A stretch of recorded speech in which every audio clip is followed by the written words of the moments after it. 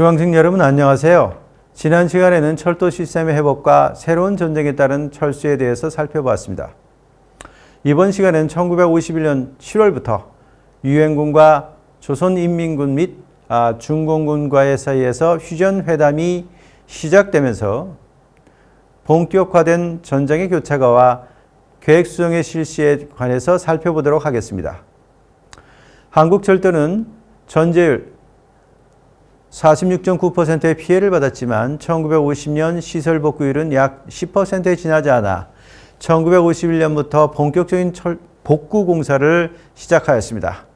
제3 철도수송사령부는 우선 90일, 120일을 목표로 병참선 복구에 중점을 두고 경부선의 침목 레일을 교환하고 철도 차량의 증차, 공작청의 복구, 정차장의 확충 등을 하기로 했습니다.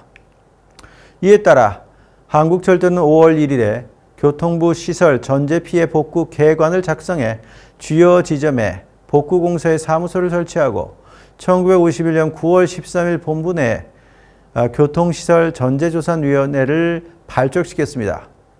이와 같이 철도 복구가 본격적으로 실시되자 제3철도수송사령부는 1951년 8월 30일 제8군 직속에서 제2병참사령부로 배속되었습니다. 이로써 복구 공사는 제2병참사령부에 의해 결정되었기 때문에 제8군 공병부의 허가가 필요 없었습니다.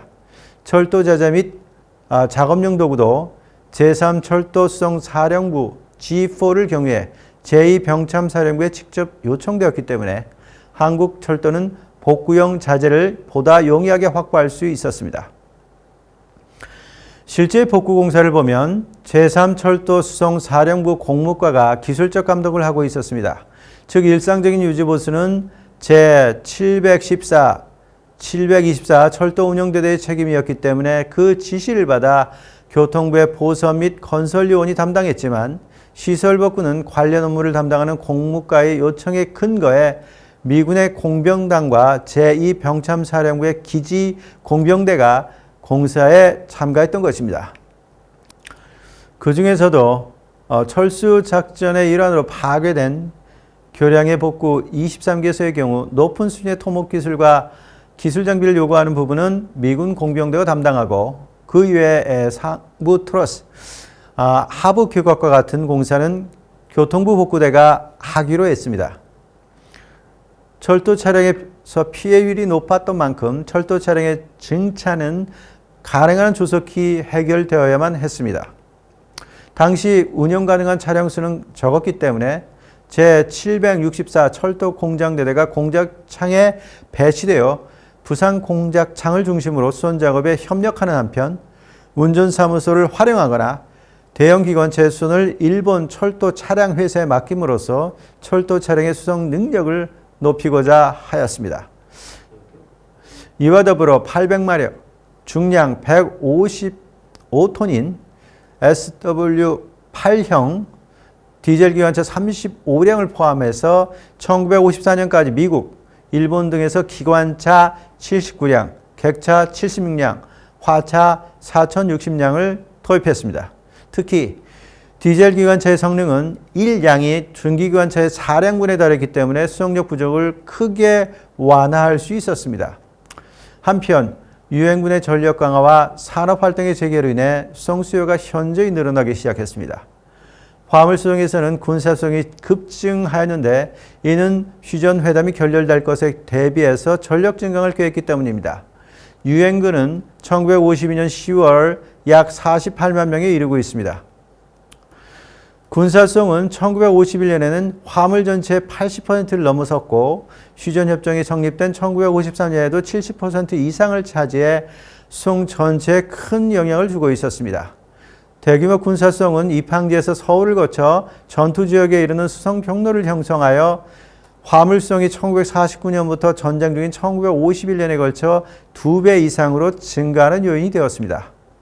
그 반면 민수품은 전쟁 발발 이전에 60에서 70%에서 1951년에 10% 이하로 감소해 수입품을 포함해도 20%에 달하지 않았습니다. 민수품의 주요 품목은 쌀, 잡곡, 소금, 비료, 석탄 등에 한정되었습니다. 민수품에 대한 철도성 능력이 부족하여 사실상 많은 민수품은 자동차와 연안 해운에 의해 행해졌습니다. 이러한 경향은 여객성에서 보다 심각했습니다.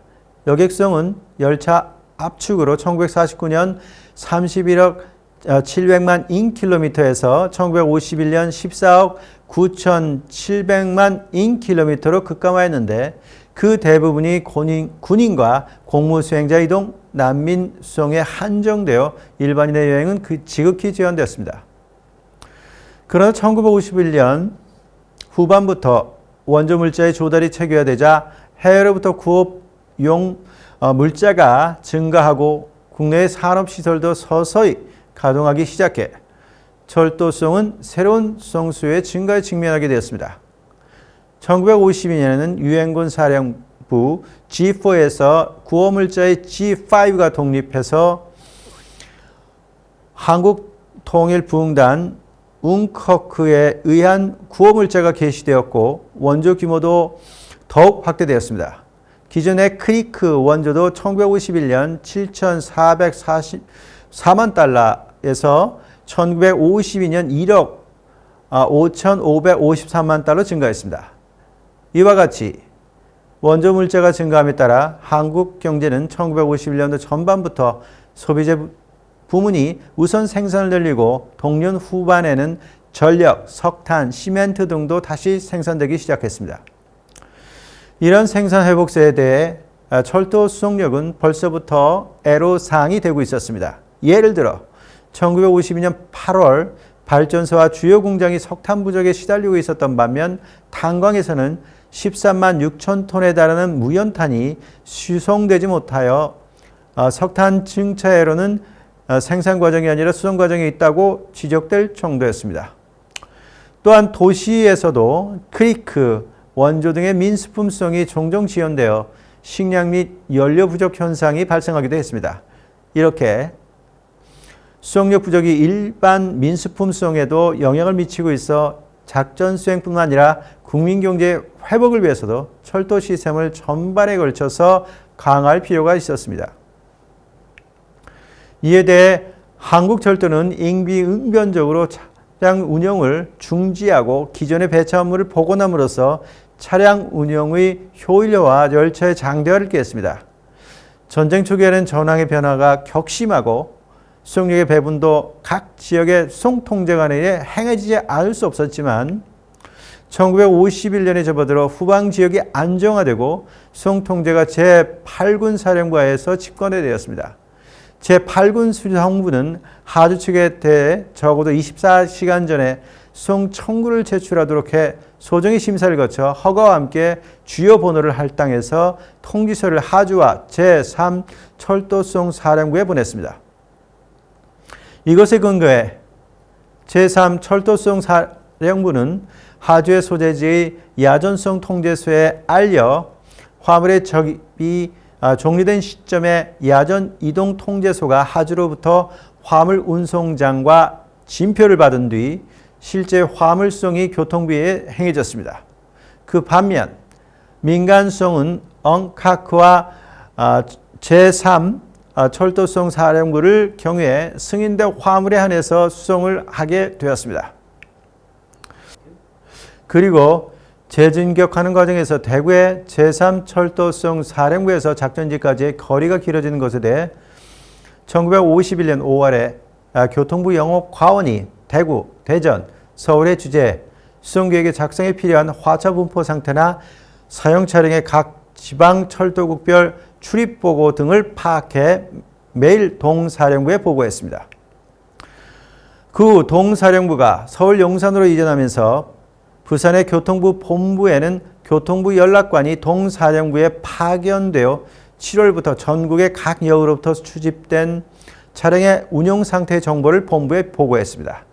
이런 배차 업무의 복원에 따라 객화차의 정확한 소재 파악이 필요하게 되자 1951년 8월 30일 12시에 전 노선에 걸쳐 현재 차의 운용 상태에 대한 조사가 이루어졌습니다.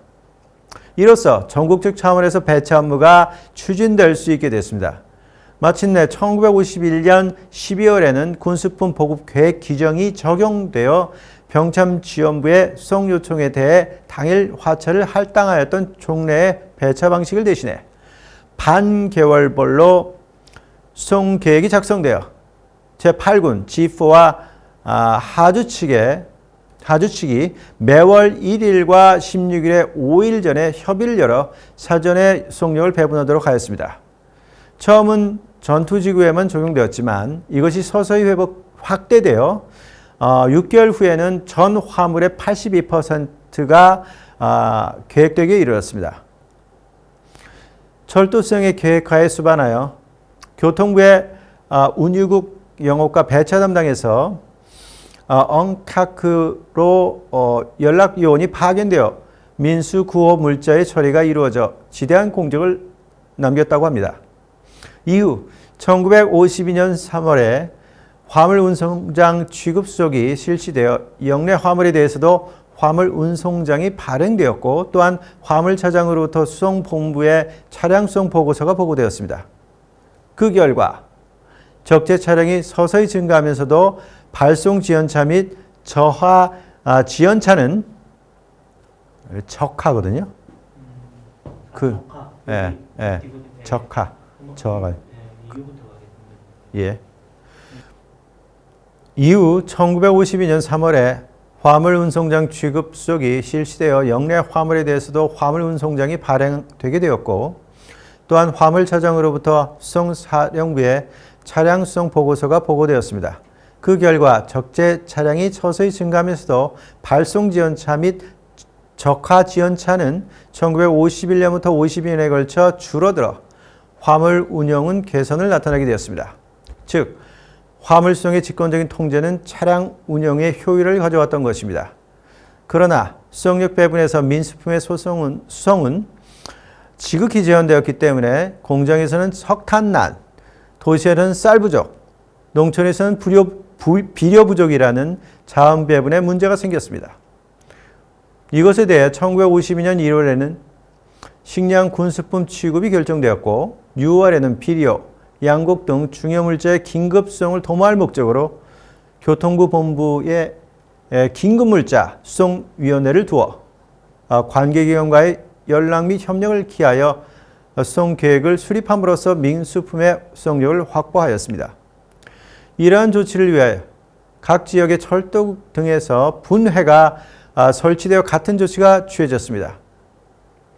한편 여객 수송력이 부족했던 만큼 USAK, USAC 특급 열차를 필두로 한 주요 여객 열차에는 여행증명서를 통한 질적 통제도 이루어졌습니다. 그 외에 열차 운행에서도 수송력이 부족해 단체 여객을 여전히 수송할 수는 없었으나 귀향농민이나 퇴역상위 군인에 대해서는 수송계획을 세워 전시와 철도 수송력을 제공하고자 했습니다. 이와 같이 군사성을 중심으로 하는 계획성은 한층 더 강화되고 있었습니다. 지금까지 전선이 교차가 되면서 전제시설의 복구 공사가 본격화되고 급증하는 수송 화물에 대응하고자 했지만 충분한 철도 수송력을 확보하지 못했다는 점을 살펴보았습니다. 이러한 점에서 한국철도는 식민지기부터 해왔던 직권적인 배차 업무를 강화함으로써 전국 차량 운영을 통제하고 반개월별 수송계획도 작성해 철도 수송력을 사전적으로 배분할 수 있었습니다. 이에 대해서도 당시 미군의 당사자로부터 교통부에 의한 공적의 결정이라고 불릴 정도였습니다. 다음 시간에는 제8군으로부터 후방 지역의 업무를 분리해서 콤즈를 설치함에 따라 재편된 영내 수송 시스템에 대해서 살펴보도록 하겠습니다.